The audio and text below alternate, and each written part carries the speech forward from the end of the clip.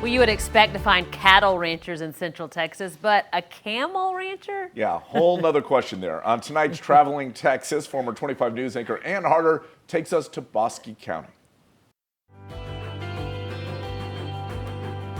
Camels were brought to the American West back in the 1850s as a key part of U.S. military strategy, and it's a mostly forgotten history. That's where Doug Baum comes in. Almost 25 years ago, his volunteer work at the Nashville Zoo introduced him to the ship of the desert, and he was taken in by the camel's impact on American history.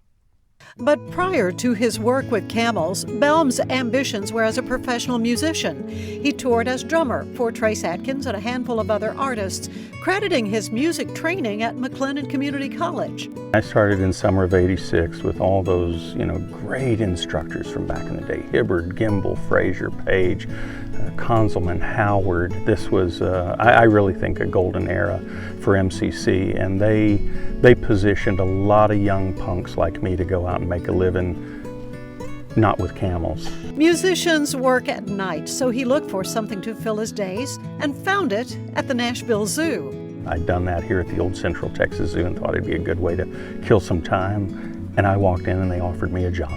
When the zoo brought in camels for a fundraiser, Baum was smitten. With a camel, it's an absolute mirror of who you are, and it can also be a mirror of who you are not and maybe who you should be. Camels are infinitely patient.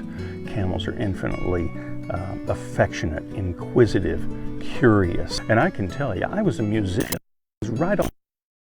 So if this were a bunch of work, I wouldn't do it. The camel's contributions in the American West, both the one-hump dromedary and two-humpback train camels, really intrigued Baum. The Army here in the 19th century did use both kinds, one hump and two, and their main job was carrying water. You'd saddle them, roll a couple of 30-gallon kegs up next to them, one on the right, one on the left, tie it on the saddle, and that was really the importance of the Army camels. It allowed them to cross into parts of the U.S. that otherwise were pretty forbidding. Only 5 years after they got here, the Civil War broke out, and any momentum that the camels had really was kind of scuttled.